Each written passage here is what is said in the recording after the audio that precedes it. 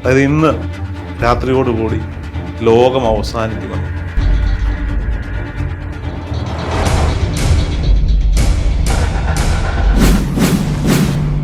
ഇന്നത്തെ തീയതി ഇന്ന് 24 സെപ്റ്റംബർ 24.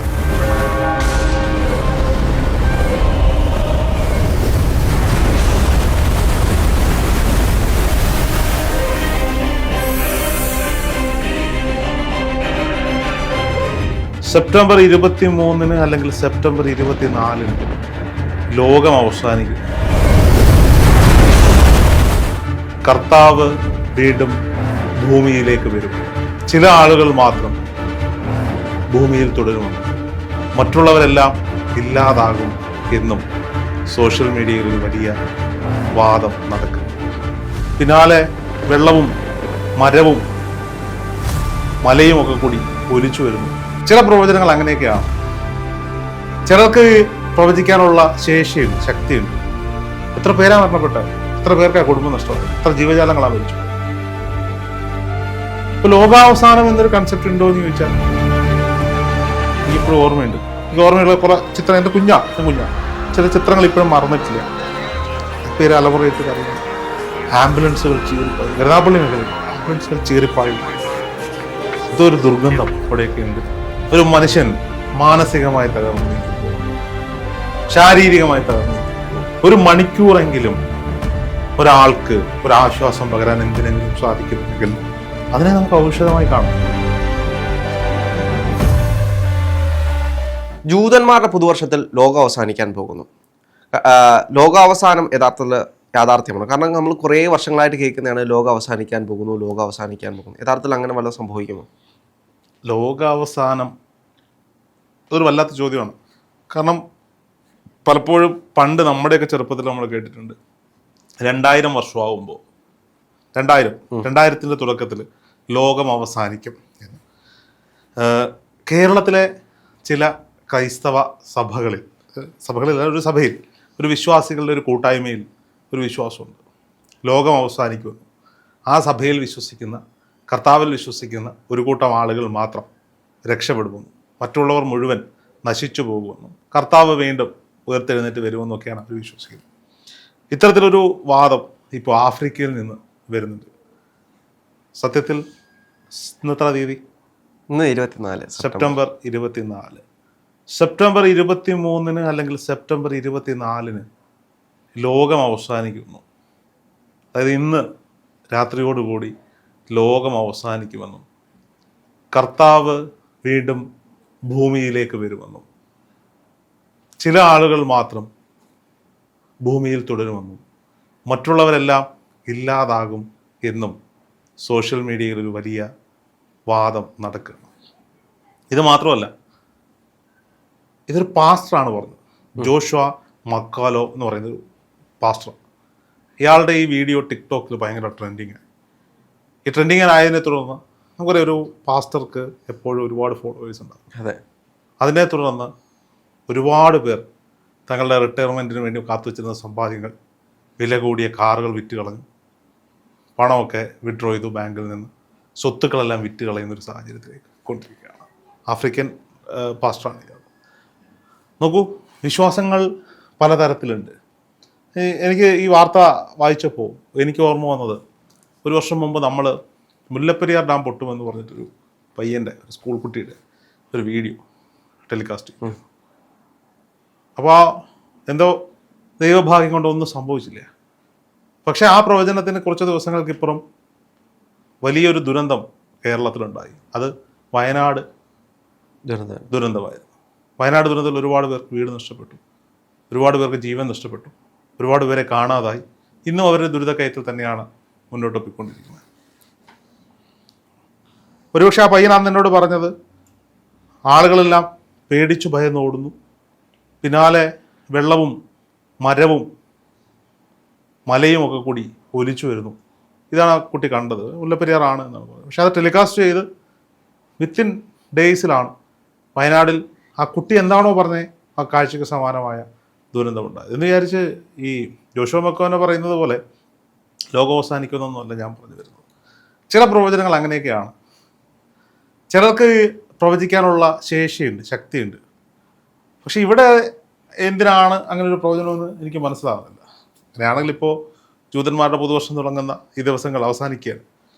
പക്ഷെ ഇത് ഞാൻ സംസാരിക്കാൻ ഉദ്ദേശിക്കുന്ന വിഷയം, ഈ പ്രവചനങ്ങൾ ചിലരെയെങ്കിലും പാനിക് ആക്കുന്നുണ്ട് എന്നുള്ളതാണ്.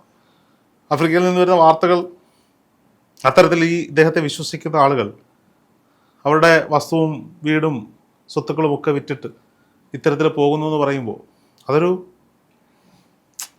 വേറൊരു സന്ദേശമാണ്. നമ്മൾ ആ വീഡിയോ ചെയ്തപ്പോൾ, ഈ മുല്ലപ്പെരിയാർ ഡാം തകരുമെന്ന് പറയുന്ന ആ വീഡിയോ ചെയ്ത സമയത്ത് ആ ഡേറ്റിന് ശേഷം ഇവൻ പറഞ്ഞ ആ ഡേറ്റിൽ കറക്റ്റ് 100 ദിവസം, ആ 100 ദിവസം ആകുന്ന അന്ന് ഞാൻ പത്തനംതിട്ടയിൽ പോയി നിന്ന്, കൊട്ടാരക്കരയിൽ നിന്ന് വരുന്ന വഴിക്ക് പത്തനംതിട്ടയിൽ പോയിട്ട് ഞാൻ കുറേ നേരം വെയിറ്റ് ചെയ്തു. കാര്യം വേറെ ഒന്നും കൊണ്ടല്ല, ഞാനാണല്ലോ ഈ വീഡിയോ പുറത്തു വിട്ടെ. എന്തായാലും ഈ ഡാം തകർന്ന കൊല്ലത്തേക്കൊക്കെ വരാനുള്ള സാധ്യത കുറവാണ്. എറണാകുളം പോവും. ഇപ്പം ഞാൻ കൊല്ലത്തായിരുന്നു, വീട്ടിലായിരുന്നു, നാട്ടിലായിരുന്നു. അപ്പം വൈകുന്നേരം ആയപ്പോഴാണ് ഞാൻ പത്തനംതിട്ടയിൽ അവിടെ കുറേ, എന്തായാലും പത്തനംതിട്ടയിലേക്ക് വരുമല്ലോ ഇത്, ഒന്ന് ഞാനിവിടെ അങ്ങ് പോട്ടെ എന്ന് വിചാരിച്ചിട്ട്. ആ സമയത്ത് ഒരുപാട് ഫോൺ വിളികൾ. ഇതിനകത്ത് ഏറ്റവും രസകരമായി തോന്നിയത് ഒരു റിട്ടയർഡ് MLA, റിട്ടയർഡ് MLA അല്ല, ഒരു മുൻ MLA എന്നെ വിളിച്ചു. ഇടതുപക്ഷ പ്രത്യയശാസ്ത്രങ്ങൾ പിന്തുടരുന്ന MLA. അതേപോലെ ലോകത്ത് ഇനിയൊന്നും സംഭവിക്കില്ലായിരിക്കും അല്ലേ. അവർ പോലും ഭയന്നു. കണ്ണൂർ എന്നൊരു സുഹൃത്ത് തന്നെ വിളിച്ചിട്ട് ഭയങ്കരമായിട്ട് എന്നെ തെറി പറഞ്ഞു. അതെന്നോട് പറഞ്ഞു, ഞാൻ എന്താ ചേട്ടാന്ന് ചോദിച്ചപ്പോൾ പറഞ്ഞു, ഞാൻ അച്ഛനെയും അമ്മയൊക്കെ കൊണ്ടുവന്ന് കണ്ണൂർ നിർത്തിയിരുന്നതാണ്. ഇവർ ഇടുക്കിക്കാരുണ്ടോ, ഇടുക്കിയോ കോട്ടയത്തോ, എത്ര ദിവസം അവരിവിടെ വന്ന് നിന്നു. എനിക്ക് ഇവിടുന്ന് കാർ ഓടിച്ച് അവരെ കൊണ്ടുകൊണ്ട് വന്നു, കാർ ഓടിച്ച് തിരിച്ചു കൊണ്ടുകൊണ്ട് വന്നു. ആളുകൾ അതിനെയൊക്കെ വിശ്വസിക്കുന്നുണ്ട് വലിയ വിഭാഗം. പക്ഷേ ഞാനത് അവരോട് തിരിച്ചു ചോദിച്ചത്, ചേട്ടാ ഒന്നും സംഭവിച്ചില്ലല്ലോ, അതിൽ സന്തോഷിക്കുകയല്ലേ വേണ്ടേ, സംഭവിക്കണമായിരുന്നോ? നിങ്ങൾ ആഗ്രഹിക്കുന്നത് എന്താ, ഇത് സംഭവിക്കണമായിരുന്നു എന്നാണോ? ചേട്ടൻ്റെ അച്ഛനും അമ്മയും മാത്രമല്ല ചേട്ടൻ അവിടെ കൊണ്ട് നിർത്താൻ പറ്റുള്ളൂ. വന്നിരുന്നെങ്കിലോ ചേട്ടൻ്റെ വസ്തുവും വീടും നാട്ടുകാരും ബന്ധുക്കളും ഒക്കെ പോകില്ലേ?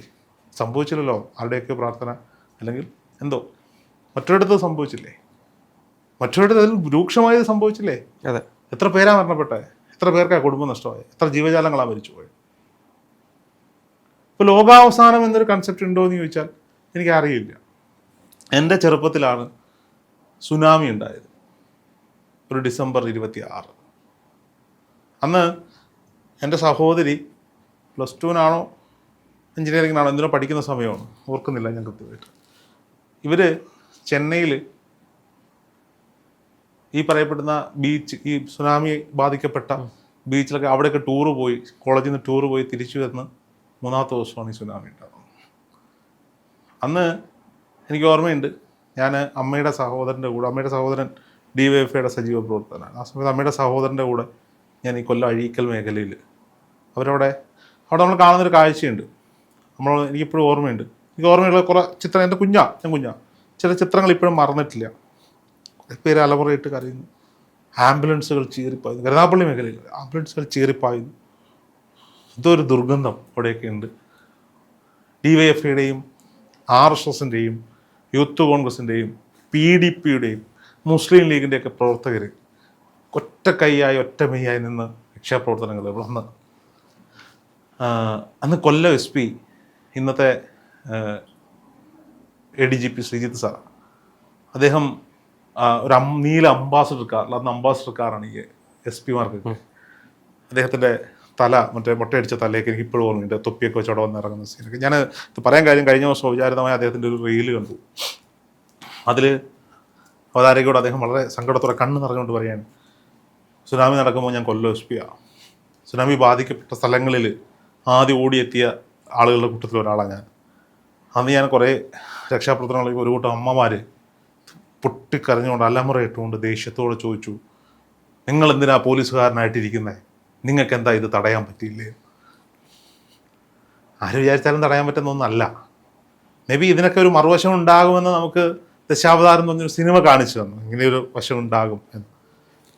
എങ്കിൽ പോലും ഞാൻ പറയുന്നത്, മനുഷ്യന് പ്രവചിക്കാൻ കഴിയുന്നതോ അല്ലെങ്കിൽ പ്രിഡിക്റ്റ് ചെയ്യാൻ കഴിയുന്നതോ ഒക്കെ അപ്പുറത്തേക്ക് പ്രപഞ്ചം തീരുമാനിക്കുന്ന ചില കാര്യങ്ങളുണ്ട്. അത് ഒരു പാസ്റ്റർ വിളിച്ചു പറഞ്ഞതുകൊണ്ട്, വസ്തു വിറ്റതുകൊണ്ടോ, ബാങ്കിൽ കിടക്കുന്ന സ്വർണ്ണം എടുത്ത് വിറ്റതുകൊണ്ടോ, പൈസ എടുത്ത് വിറ്റതുകൊണ്ടോ ഒന്നും അതിനെ തരണം ചെയ്യാൻ പറ്റില്ല. നമ്മൾ എന്താകണം, നമ്മളെപ്പോൾ പോകണമെന്നുള്ളത് നമ്മൾ തീരുമാനിച്ചു വെച്ചിട്ടുള്ളതാണ്.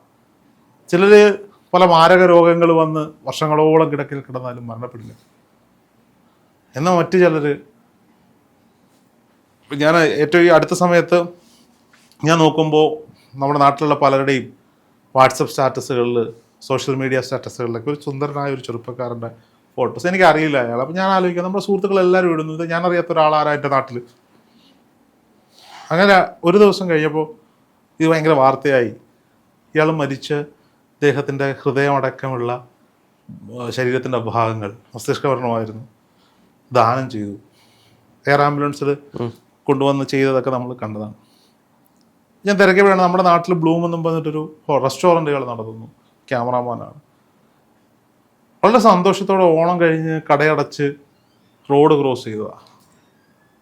പാഞ്ഞു വന്ന ഒരു KTM ഡ്യൂക്ക് ബൈക്ക് അയാളെ ഇടിച്ച് തെറിപ്പിച്ചു. അതായത് KV ഗണേഷ് കുമാർ പറഞ്ഞൊരു വാചകം അപ്പം എനിക്ക് ഓർമ്മ, നീ വാഹനം എത്ര പേര് എടുത്തിട്ടുണ്ട്, എത്ര പേര് ജീവിച്ചിരിപ്പുണ്ട്, ചിന്തിക്കേണ്ട കാര്യമാണ്. ആ വാഹനം ഓടിച്ചാക്കല്ലല്ലോ പ്രശ്നം, വെറുതെ റോഡ് ക്രോസ് ചെയ്ത് പോയാൽ 30-33 വയസ്സുള്ള ഒരു പയ്യൻ. അതിന് ഭാര്യയുണ്ട്, മക്കളുണ്ട്, സോഷ്യലി കമ്മിറ്റഡ് ആണ്, കുടുംബമുണ്ട്, സ്വപ്നങ്ങളുണ്ട്, പ്രതീക്ഷയുണ്ട്.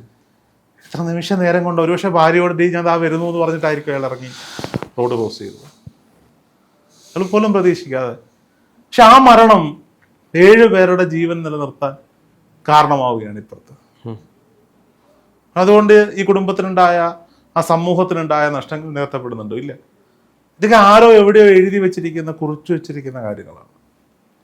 ആർക്ക് എന്ത് വേണമെങ്കിലും എപ്പോൾ വേണമെങ്കിലും സംഭവിക്കാം. അൺപ്രഡിക്റ്റബിൾ ആണ് മനുഷ്യരുടെ ജീവിതം എന്ന് പറയുന്നത്. പിന്നെ ചെയ്യാൻ പറ്റുന്നത് എന്താ? കുറച്ച് ഉണ്ടാകുന്ന പ്രതിസന്ധികളെ തരണം ചെയ്യാൻ. നമ്മൾ പലപ്പോഴും എന്നോട് ആളുകൾ ചോദിക്കും, അബാക് മീഡിയയിലൂടെ കുറേയധികം ഹീലിങ്ങുകളെ പറ്റി, കുറേയധികം തന്ത്രശാസ്ത്രങ്ങളെ പറ്റി, എന്തിന് കുറേയധികം കൗളമാർഗങ്ങളെ പറ്റി, കുറേയധികം പ്രേതബാധയെ പറ്റിയൊക്കെ, ഹൊറർ സാധനങ്ങളൊക്കെ പറയും. എന്തിനാ നിങ്ങളിതൊക്കെ ഇങ്ങനെ അന്ധവിശ്വാസം പ്രചരിപ്പിക്കുന്നത്? ഒരു മനുഷ്യൻ മാനസികമായി തകർന്നു നിൽക്കുമ്പോൾ, ശാരീരികമായി തകർന്നു നിൽക്കുമ്പോൾ മെഡിസിനെ അവന് ഡോക്ടറെ കാണാം. നമ്മൾ ഡോക്ടർമാർ വൈദ്യശാസ്ത്രത്തെ കുറ്റം പറയുന്നുണ്ടോ? ഇല്ല. വൈദ്യശാസ്ത്രത്തിൽ പോകേണ്ടടുത്ത് വൈദ്യശാസ്ത്രം പോകണം. ഒരു നിമിഷമെങ്കിലും, ഒരു മണിക്കൂറെങ്കിലും ഒരാൾക്ക് ഒരാശ്വാസം പകരാൻ എന്തിനെങ്കിലും സാധിക്കുന്നുണ്ടെങ്കിൽ അതിനെ നമുക്ക് ഔഷധമായി കാണാം. ഹീലിങ്ങിലൂടെ മനസ്സമാധാനം കിട്ടിയ എത്രയോ പേരെ നമുക്കറിയാം. റേക്കിയാവട്ടെ, മറ്റെന്തോ ആവട്ടെ, ഞാൻ ഒന്നിൻ്റെ പേര് പറയാൻ ആഗ്രഹിക്കുന്നില്ല. ഒരു ഉപാസനാമൂർത്തിയെ പൂജിച്ചു തുടങ്ങിയതുകൊണ്ട്, ഒരു മെഡിറ്റേഷൻ ആരംഭിച്ചതുകൊണ്ട്, ഒരു ക്രിയായോഗ പഠിക്കാൻ തുടങ്ങിയതുകൊണ്ട്, ലൈഫ് സ്റ്റൈൽ മാറിയതിലൂടെ ചെറിയ കറക്ഷൻസ് മതി ചിലരുടെ ജീവിതത്തിൽ. നമ്മൾ സ്പിരിച്വൽ വൈസ് എന്ന് പറയുന്ന പ്രോഗ്രാം ചെയ്യുമ്പോൾ നമ്മളെ വന്ന് കെട്ടിപ്പിടിച്ചിട്ട് നന്ദി പറയുന്ന എത്രയോ പേരുണ്ട്. അവരുടെ ജീവിതത്തിൽ കുഞ്ഞു കറക്ഷൻസ് ആണ്, അവരുടെ ലൈഫ് സ്റ്റൈലിൽ ചെറിയ കറക്ഷൻസ് വരുത്തുമ്പോൾ അവൻ്റെ ജീവിതം കൂടുതൽ സന്തോഷകരമാവുന്നു, കൂടുതൽ വിജയത്തിലേക്ക് പോകുന്നു. എൻട്രാസ് ഒരു കേവലം ഒരു തകിടാകും, പക്ഷേ മൂലമന്ത്രങ്ങൾ കൊണ്ട് പൂജ ചെയ്തൊരു വൈബ്രേഷനുള്ളൊരു തകിടാകും. അത് മതി ഒരാളുടെ കോൺഫിഡൻസ് ലെവലിനെ ഉയർത്താൻ, അയാൾ ചെയ്യുന്ന കർമ്മങ്ങളിൽ കൂടുതൽ സക്സസ് ആവാൻ, നെഗറ്റിവിറ്റികളെ ഒഴിവാക്കാൻ. ഓക്കെ, ഇത്തരത്തിലൊക്കെയുള്ള എത്രയോ പ്രവർത്തനങ്ങൾ, എത്രയോ കർമ്മങ്ങൾ നമുക്ക് ആളുകളിലേക്ക് എത്തിക്കാൻ. ഈ ജീവിതം അൺപ്രഡിക്റ്റബിൾ ആണെങ്കിൽ എന്തിനാണ് നമ്മൾ പ്രഡിക്റ്റബിൾ ആക്കാൻ വേണ്ടിയിട്ട് ഇത്തരത്തിലുള്ള കാര്യങ്ങളിലേക്ക് പോകുന്നത്? അൺപ്രഡിക്റ്റബിൾ അല്ലേ? അങ്ങനെയല്ല, ഞാൻ ഇത് പറഞ്ഞു വന്നത് എന്താ, ഇപ്പോൾ ജോഷോ ഒരു പ്രവചനം നടത്തുക. പക്ഷെ ജോഷോയെ വിശ്വസിക്കുന്ന ഒരു കൂട്ടം ആളുകളുണ്ടാവും. ജോഷോയുടെ ദൈവസാക്ഷ്യത്തിലൂടെ, ഇടപെടലിലൂടെ രക്ഷപ്പെട്ടു എന്ന് കരുതുന്ന ഒരു കൂട്ടം ആളുകൾ. അയാൾക്ക് രാജാവാണ്, അയാളുടെ രീതികൾ മറ്റൊന്നാണെങ്കിലും. അപ്പോൾ ഈ ആളുകൾക്ക് അയാൾ പറയുന്നതിനുള്ള വിശ്വാസ്യത, അവിടെയാണ് ഈ പ്രശ്നം.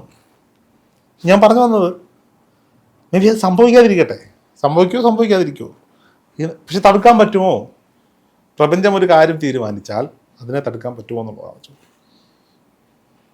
അപ്പോൾ നമുക്കറിയാം, ഈ ഹൈന്ദവ ആചാരങ്ങളിൽ, വിശ്വാസങ്ങളിൽ പൂജാരീതികളിൽ, നിർമ്മാണ രീതികളിൽ, കലാമേഖലയിൽ ഒക്കെ എന്താരംഭിക്കുന്നതിന് മുമ്പും പ്രപഞ്ചത്തെ, ഭൂമിയെ, പ്രകൃതിയെ വന്ദിച്ചുകൊണ്ടാണ് ആരംഭിക്കുന്നത്. ഈവൻ ഒരു കൺസ്ട്രക്ഷൻ, ഒരു കെട്ടിട നിർമ്മാണത്തിൽ ഒരു മരം മുറിക്കണമെങ്കിൽ പോലും ആ മരത്തോട് അനുവാദം ചോദിച്ചിട്ട് മുറിച്ചിട്ടൊരു കാലം ഉണ്ടായിരുന്നു. അതിലെ കുടികൊള്ളുന്ന ജീവജാലങ്ങളോട് മാപ്പി ചോദിച്ചിട്ട് പെർമിഷൻ എടുത്തിട്ട് മുറിക്കുന്നൊരു കാലം ഉണ്ടായിരുന്നു. എന്തിനാ പറയുക, ഇന്ന് ഏറ്റവും വലിയ കത്തി നിൽക്കുന്നത് ശബരിമലയും ശബരിമലയിലെ വിശ്വാസങ്ങളുമാണ്. ശബരിമലയിലെ 41 ദിവസത്തെ മണ്ഡല മകരവിളക്ക്, 41 ദിവസത്തെ മണ്ഡലകാല ഉത്സവവും അതിനുശേഷം വരുന്ന മകരവിളക്ക് ഉത്സവവും ഒക്കെ കഴിയുമ്പോൾ ശബരിമലയിൽ 36 ആടുകളെ കയററുത്ത് വിടുന്നൊരു കർമ്മമുണ്ട്. ഉണ്ടായിരുന്നു, ഇപ്പം ഇല്ല. എന്തിനാ? ഇത്രയും ദിവസം ഭക്തജനങ്ങൾ മല കയറി വന്നതുകൊണ്ട് അവിടുത്തെ വന്യജീവികൾക്ക് യഥേഷ്ടം വിഹരിക്കാനോ ഇര തേടാനോ സാധിക്കാത്തതുകൊണ്ട് അതിനുള്ള പ്രായശ്ചിത്തമായി അവർക്ക് ഭക്ഷണം കൊടുക്കുന്നൊരു ചടങ്ങാണ്. പമ്പയിൽ കൗളാചാരപ്രകാരം കൗളമാർഗത്തിൽ ഒരു ഗുരുതി നടക്കുന്നു. ആ 18 മലകളോടും പ്രപഞ്ചത്തോടും പ്രപഞ്ച ശക്തികൾക്കും വേണ്ടി നേരിക്കുന്നതാണ്. അവിടെ മദ്യം ഉപയോഗിക്കും. രാഹുൽ വന്നില്ല എൻ്റെ കൂടെ കാണാൻ.